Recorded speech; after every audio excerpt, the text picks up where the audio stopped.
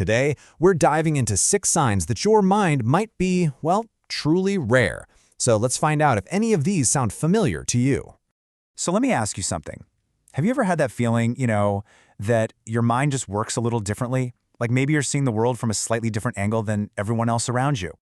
Well, we are about to explore 6 specific signs that could mean exactly that. And you know what? You might be surprised to see how many of these hit home.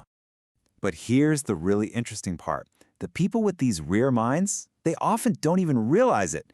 I mean, these traits can feel so normal to you that you just assume everyone else thinks the same way. But spoiler alert, they don't. All right, so let's get into it. Our first section is all about the world of your thoughts. We're going to look at how you process information on the inside. Okay, sign number 1. You're actually more comfortable being alone than you are in a big crowd. Sound familiar? And hey, this isn't about being shy or antisocial. It's really all about energy, right? For you, big crowds can be totally mentally draining. But when you're alone, that's when your mind just lights up. It's where your best ideas come from because you're wired to think on a really deep level, far away from all that surface level noise.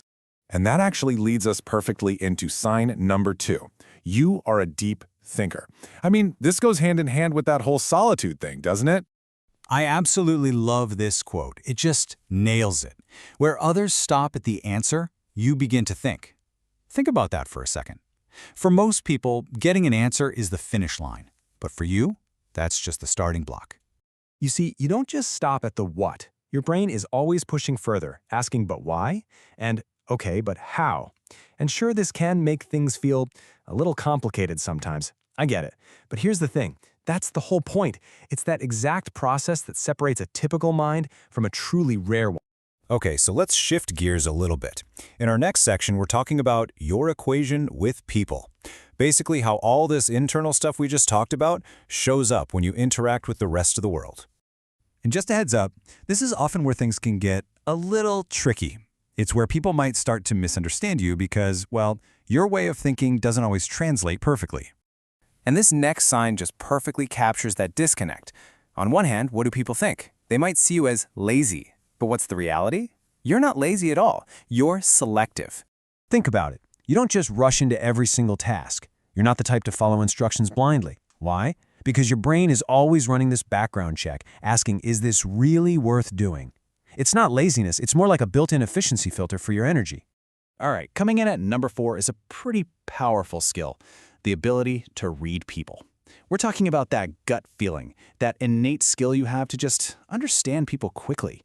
You can almost instantly sense who's being real and who's, just putting on a show. And because you have this built-in, let's call it a genuineness detector, you don't just connect with anybody and everybody.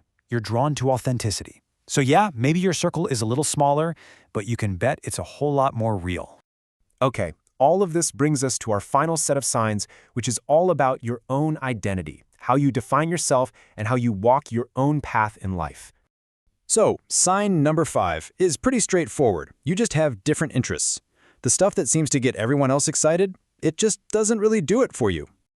To put it another way, you're not out there following trends. You're following your curiosity.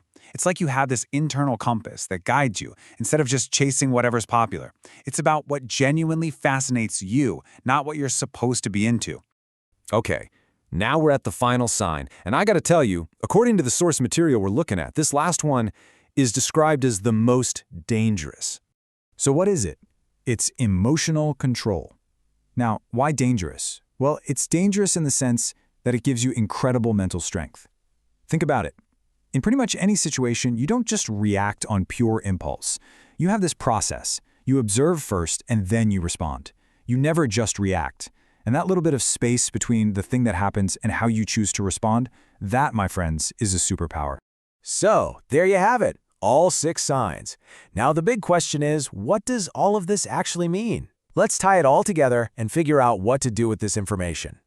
And here's the key takeaway. You don't have to be a perfect 6 for 6 on this list. Seriously, if you found yourself nodding along to even 3 or 4 of these signs, there's a really, really good chance that your mind operates in a pretty rare way.